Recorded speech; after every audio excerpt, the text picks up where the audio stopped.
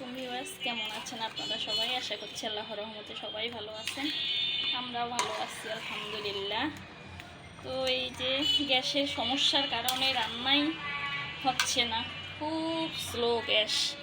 আর এদিকে দেখুন, এই যে স্যুপ রান্না করতেছি। মেয়েটার অনেক জ্বর। গতকালকে পরীক্ষা দিয়ে কাঁপতে কাঁপতে আসছে। বিসমিল্লাহ, এই যে ডিম ঢেলে দিলাম। এক হাত দিয়ে তো সম্ভব হচ্ছে না, ডিম একটু একটু দিতে হবে আর রাখতে হবে। মেয়েটার অনেক জ্বর, গলা ব্যথা, জ্বর, ঠান্ডা, কাশি। স্যুপটাতে আমি মুরগির মাংস দিয়েছি, চিংড়ি মাছ দিয়েছি, এখন ডিম দিচ্ছি। সব মিলিয়ে যেহেতু কিছু খেতে পাচ্ছে না। বিসমিল্লাহ।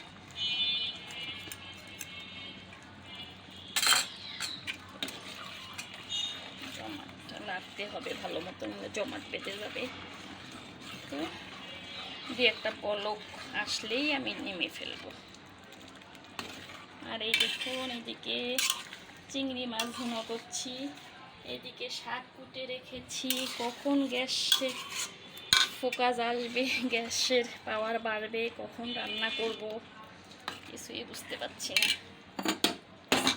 তো এই স্যুপটা একটু ঢেলে নেই।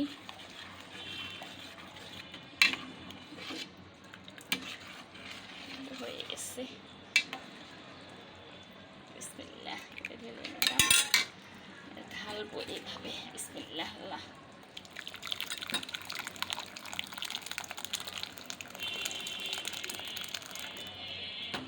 ছেলেরও গলা ব্যথা, মেয়েরও গলা ব্যথা, আর জ্বর। মেয়ের অনেক জ্বর, অনেক।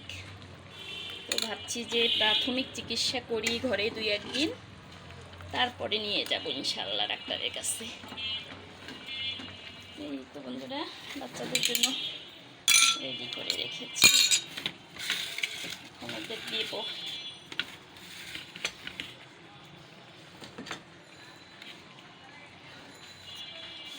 ঘরের স্যুপটা শীত গেছে এত, আমি আলসিতেই করি নেই, এখন তো বাধ্য হয়ে করতে হচ্ছে। বিসমিল্লাহ। নিজেই খেতে চেয়েছে।